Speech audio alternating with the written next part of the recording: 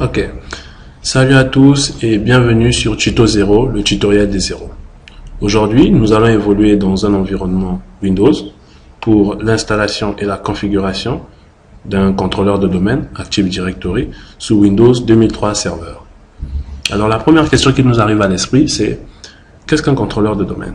Eh bien, un contrôleur de domaine, c'est un annuaire, au sens informatique du terme, bien évidemment, qui gère tout ce qui touche au réseau, c'est-à-dire les noms d'utilisateurs, des imprimantes et les autres serveurs. Il y a encore plein d'autres éléments du réseau, mais on va s'arrêter par là. Donc, un annuaire de ce genre permet donc aux utilisateurs d'accéder facilement aux ressources partagées et aux administrateurs de contrôler leur utilisation, de contrôler l'utilisation des ressources grâce à des fonctionnalités de distribution, de duplication, de partitionnement et de sécurisation des accès aux ressources répertoriées. Ok, maintenant, nous allons procéder à l'installation et à la configuration de notre serveur en cliquant directement sur Démarrer, Gérer votre serveur. Vous voyez que là, nous venons juste de terminer l'installation de Windows 2003 Server. Si vous voulez, à la suite de cette vidéo, je vais vous mettre un lien pour l'installation ou un petit tuto. Ok, on va ajouter notre premier rôle. Ajout ou supprimer un rôle, on clique. Voilà. L'étape préliminaire, c'est-à-dire ce qu'il faut remplir pour avant de faire quoi que ce soit, avant l'installation d'un serveur, avant de l'installation d'un service sur le serveur plutôt, autant pour moi. Ok, il va vérifier que toutes les conditions sont remplies. Ça va prendre un peu de temps. Excusez-moi.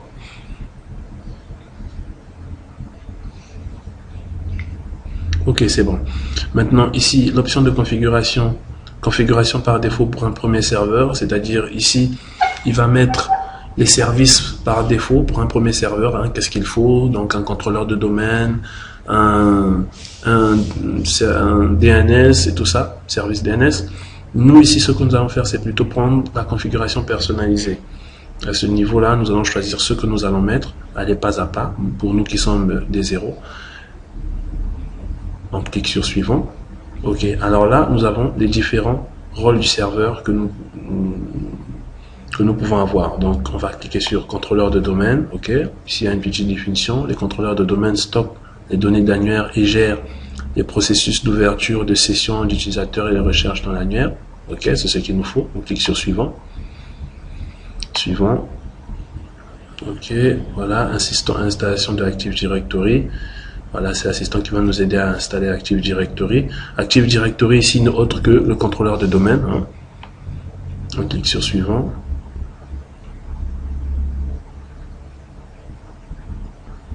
Ok, voulez-vous que ce serveur devienne contrôleur de domaine pour un nouveau domaine ou un contrôleur de domaine supplémentaire pour un domaine existant? On va prendre la première option parce que c'est un contrôleur de domaine pour un nouveau domaine. Donc, c'est notre nouveau domaine, on n'a encore rien créé.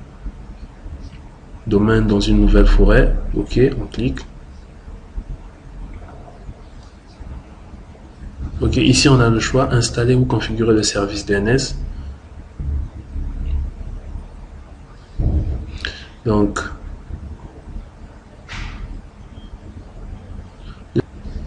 ok, nom DNS complet pour le nouveau domaine. Alors pour notre cas ici, on va l'appeler tuto 0. Excusez-moi, tuto 0.lan. On clique sur suivant.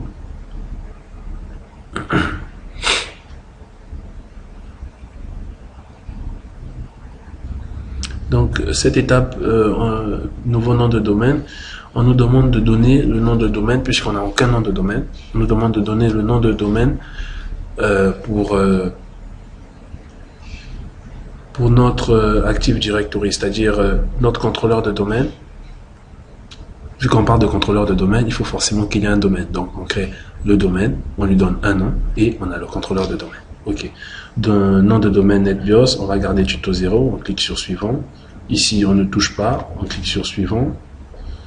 Volume système partagé, on clique sur suivant, on avance, on continue. Autorisation, sélectionner les autorisations par défaut pour les objets utilisateurs et groupes. Voilà.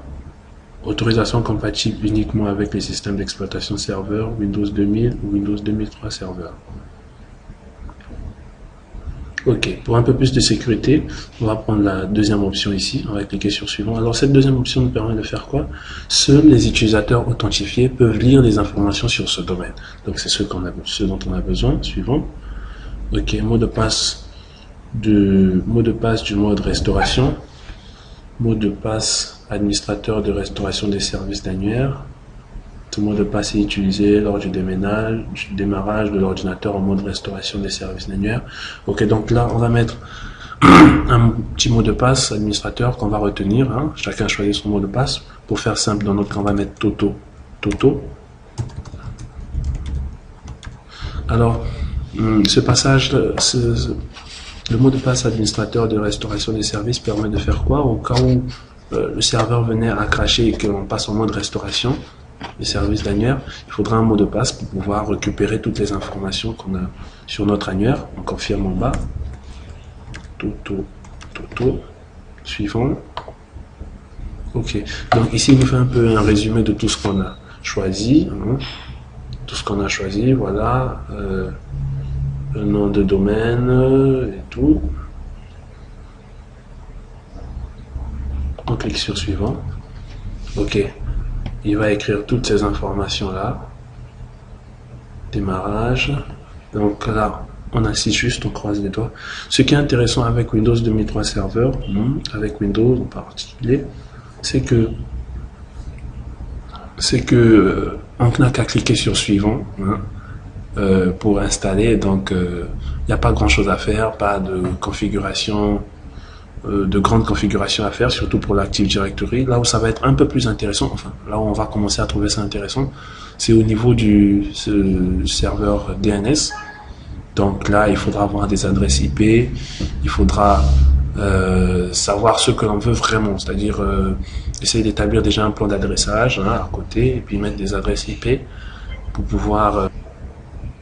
Donc ici, il va installer le service DNS. Il n'y a pas de souci, ce sera à nous de le configurer après.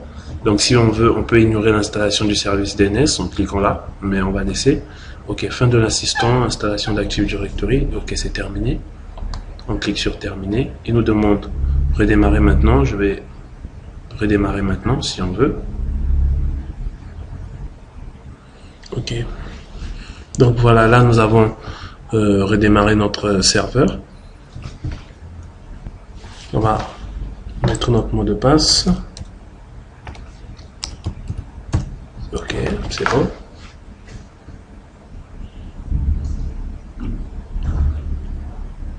Ok, il a parfaitement redémarré. Et voilà, il nous affiche un message, assistant configurer votre serveur. Ce serveur est maintenant un contrôleur de domaine. Ok, on peut cliquer sur terminer, donc ça veut dire que tout s'est bien passé. Et pour être sûr, on va venir là, gérer votre serveur, et on va voir qu'un rôle a été ajouté à ce serveur, contrôleur de domaine Active Directory. Ok, là c'est fait. Maintenant, à partir de là, on peut gérer les utilisateurs et les ordinateurs dans Active Directory, gérer les domaines et les approbations, on peut en tout cas, à partir de là, on peut faire plein de choses qu'on va voir dans la suite. Maintenant, nous allons venir ici pour vraiment vérifier que notre serveur a bien été installé. Donc, on va venir ici sur outils d'administration. Et tout au fond ici, on va voir utilisateur et ordinateur Active Directory. Si vous voyez ça, ça veut dire que le serveur a bien été installé et qu'on peut pouvoir maintenant faire tout ce qu'on veut avec le contrôleur de domaine. Donc voilà, ici, on a le nom de notre domaine, tuto0.lan. Voilà. On clique sur User. Donc vu que on n'a pas encore ajouté d'utilisateur, on va dire de nom d'utilisateur, voilà. Ici, ce sont des utilisateurs par défaut. Donc, on a l'administrateur et tout ça, on a plein de choses, on a les noms, les types et descriptions. Ok. Maintenant, on a fini d'installer notre contrôleur de domaine Active Directory. On a vérifié qu'il était bien installé et qu'il était prêt à l'emploi. Maintenant, nous allons... Merci beaucoup d'avoir suivi cette vidéo. C'était Mickey Live sur Tuto 0. Merci et à la prochaine. Au revoir.